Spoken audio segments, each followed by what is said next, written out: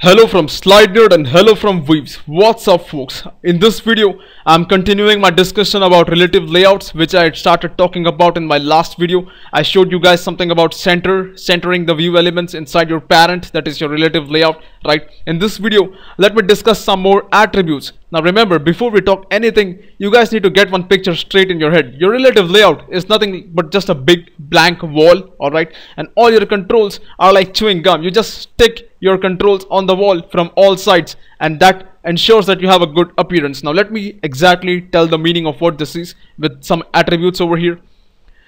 So here again, I have some rules over here. I'm going to talk about XML attributes for your relative layout. They are going to have true or false values, and if you are using the relative layout in Java, then there are some values that you can use. These are inside your relative layout class in Java. So what is the rule?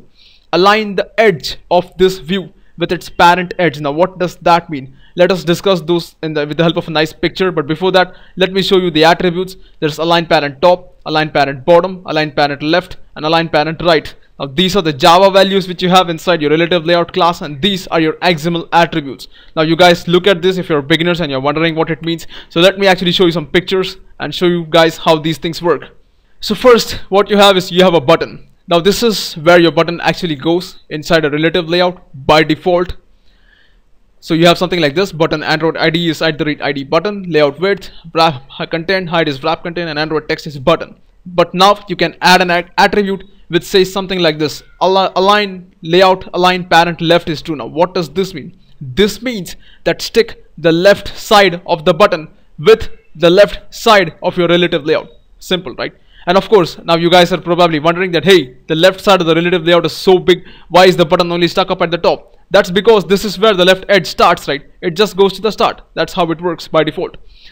Or you can also say layout align parent top equals to true. That also gives you the same effect in your visual appearance, alright? Now what happens in this case is that your top edge of the button and the top edge of the relative layout are stuck with each other like glue. Now as I said, your relative layout is like chewing gum. You just stick your controls from edges or from the centers, and that's how relative layout works. So let's go ahead and find some more options about how this works in a better way.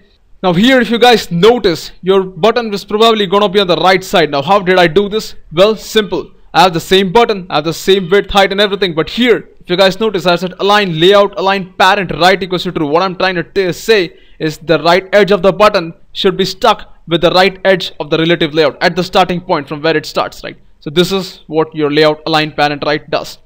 And then there is one more, last but not the least. I've said align parent bottom equals to true over here. In that case, the bottom edge of the button and your bottom edge of the relative layout are stuck with each other. So now let's actually go ahead and see what happens when there is more than one attribute together. Now that you guys have seen the effect of individual attributes. Let us say I say align parent top equals to true, and I say align parent bottom equals to true. So what I'm trying to do here is I'm trying to stick the top edge of the button on the top side and the bottom edge of the button on the bottom side of the relative layout. So how do you think that will look? Well, simple, right? The top edge stuck at the top side of the relative layout, the bottom edge stuck at the bottom side of the relative layout. This is what happens. The button gets stretched vertically, right? As I told you, it's just like a chewing gum. You just have to think about what you will do with a chewing gum on a wall, right? Very simple. Again, if you say align parent left equals to true and align parent right equals to true, what you're trying to do is you're trying to stick the left side of your button with the left side of the relative layout and the right side of the button with the right side of the relative layout. So this is how it looks. Take a look. Left side button stuck with left side relative layout, right side stuck with right side, right? This is just the way you want it.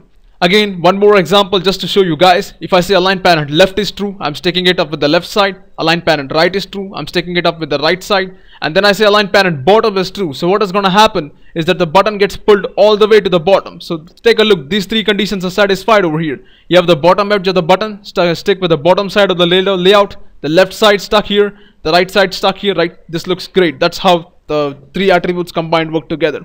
And last but not the least, what happens when I put all four of them? Align parent left is true, right is true, bottom is true, and top is true. In this case, you guys can simply imagine it's going to be stuck at all sides. It's very simple to imagine, right? You have the left side completely stuck, then you have the right side completely stuck, the top side is also stuck, and the bottom side is also stuck, right? Pretty simple to understand.